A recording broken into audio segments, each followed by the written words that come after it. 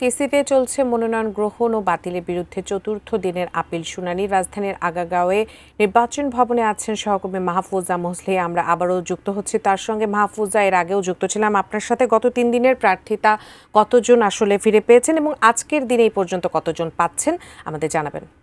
উজমা, আজকে আপিল শুনানির চতুর্থ দিনের প্রথম পর্ব এ পর্যন্ত কিন্তু আমরা জেনেছি যে এই প্রথম পর্বের যে সবশেষ শুনানির সংখ্যা সেটি কিন্তু দাঁড়িয়েছে 36টি এবং এই 36টির মধ্যে মোট 23 জন বৈধতা পেয়েছে, 12 জন বাতিল হয়েছে এবং একজন অনুপস্থিত রয়েছে।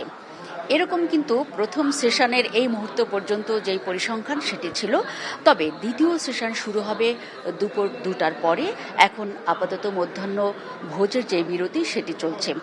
তবে আমরা যদি জানিয়ে রাখি দর্শকদেরকে যে এ পর্যন্ত সারা দেশে 723টি মনোনয়নপত্র বাতিল বলে গণ্য করা হয়েছিল এবং এরই প্রেক্ষিতে 645টি আপিল দায়ের হয় এবং 10 জানুয়ারি থেকে কিন্তু আপিলের যে শুনানির সেই কার্যক্রমটি শুরু হয়েছে এবং এই শুনানি কার্যক্রম আগামী 18 জানুয়ারি পর্যন্ত চলবে।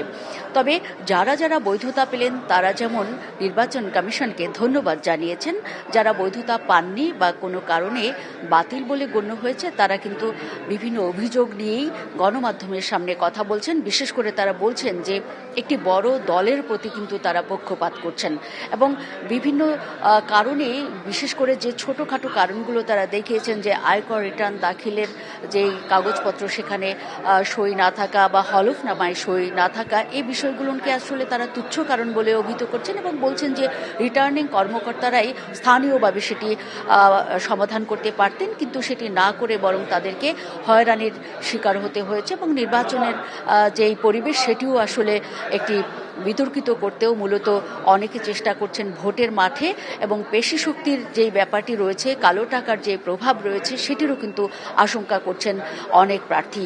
এমনটি জানানোর পরপর আমাদেরকে অনেক অভিযোগের সঙ্গে সঙ্গে আমরা দেখেছি যে তারা বলছেন যে আগামী নির্বাচনে প্রশ্নবিদ্ধ নির্বাচনের ঊর্ধ্বে ওঠার যে প্রতিশ্রুতি নির্বাচন কমিশন দিয়েছিল সেটি নিয়েও তারা আশঙ্কা প্রকাশ করছেন এবং সামনের শুনানি সহ ভোটের মাঠ তারা আসলে একেবারেই স্বচ্ছ এবং ন্যায় বিচারপূর্ণ দেখতে চান নির্বাচন কমিশনের কাছে।